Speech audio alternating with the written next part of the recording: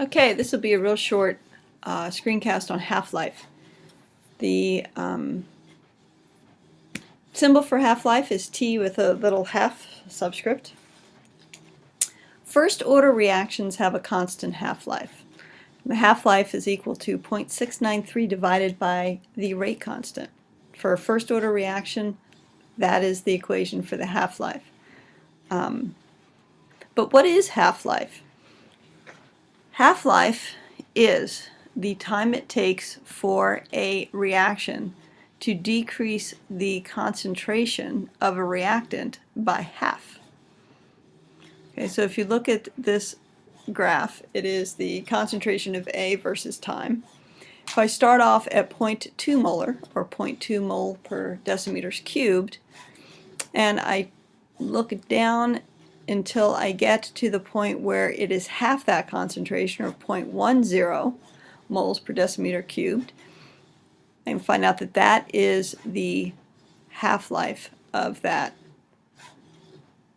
reaction, and it's 7 seconds. So in another 7 seconds, that 0.1 is going to go in half to 0.05. So that'd be 14, and yes, that goes in half. Okay, and then in another 7 seconds, the concentration of that reactant again decreases by half. Okay, so again, it's only for first order that the half-life is constant, but radioactivity has a half-life for a first order system. So that's why it is fairly important. Okay. For a zero order, half-life decreases with decreasing concentration. You can see the half-life's getting smaller. For a first order, the half-life remains constant, as you can see.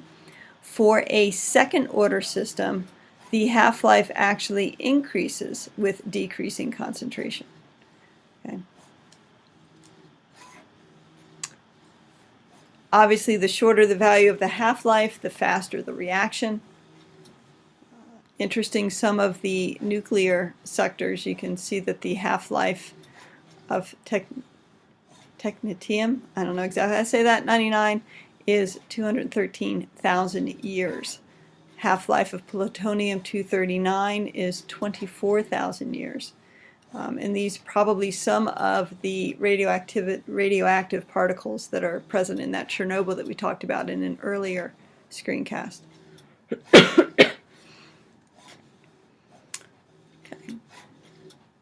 Again, radioactive decay follows first order kinetics and is often described in terms of the half-life, and you've probably heard half-life referred to in radioactive discussions.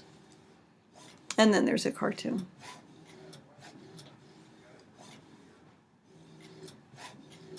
And just showing that iodine-131, a radioisotope used in the diagnosis and treatment of thyroid cancer, has a constant half-life of 8 days.